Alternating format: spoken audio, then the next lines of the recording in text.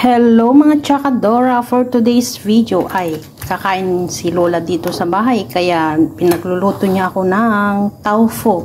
Ayan guys, yung tofu ipiprito ko siya tapos mamaya igigisa ko siya ng minced pork at sasabawan ko siya, lagyan ko siya ng dark soya sauce, igigisa natin siya ng sibuyas at saka bawang.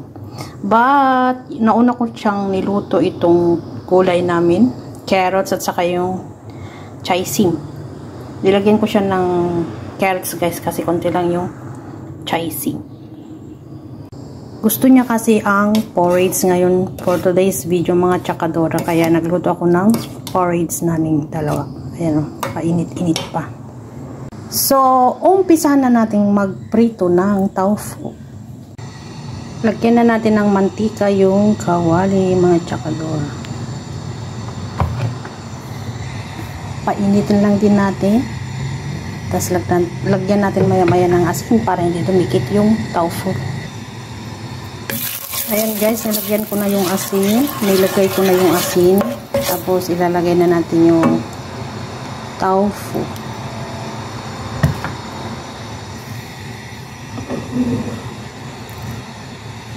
Sabay na natin siya.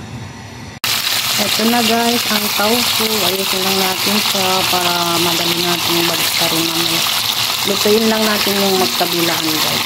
Hanggang maging golden brown siya. Ayan. Nagkasya ko na sa isang kawali.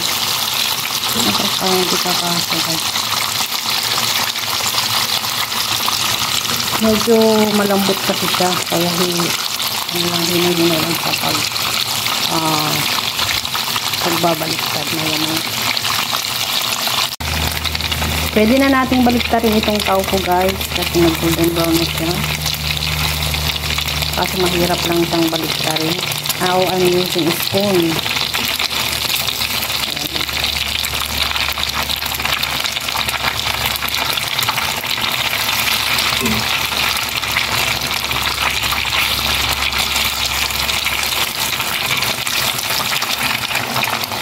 Eto na po, nabaliktad ko na po yung ating tofu. In a few minutes lang po ay magiging okay na po siya. Pwede na natin siyang hanguin dito sa kawali at magigisa na po tayo mamaya ng kanyang sahog na minced pork. Tofu with dark soy sauce. Naluto na po yung tofu at igisa na po natin siya ngayon. Minarinate ko po yung minced pork sa soya sauce at saka yung pepper and lagyan natin ng konting flour. Lagay na natin yung sibuyas at saka yung bawang.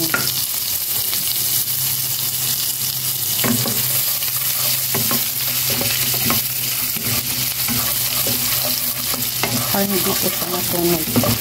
Haluin lang siya guys hanggang mag-golden brown yung bawang sa kanyang sibuyas. Ilagay ko na po yung minced pork. Igisa lang din natin siya.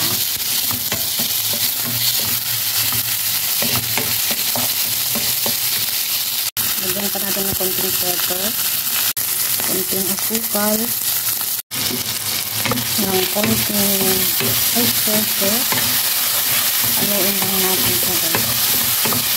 Tapos lagyan na natin siya ng dark soy sauce.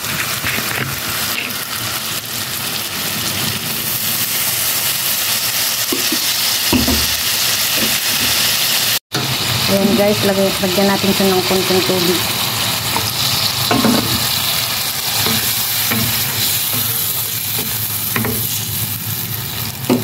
Pag kumulo na, saka natin ilalagay yung tofu. Kumukulo na po siya, kaya lagay na natin yung tofu. Dahan-dahan lang, para hindi po makan yung sabaw. Ayan na guys, yung ating tofu. Luto na po siya. And salamat ulit sa panonood sa aking video ngayon. God bless us all guys.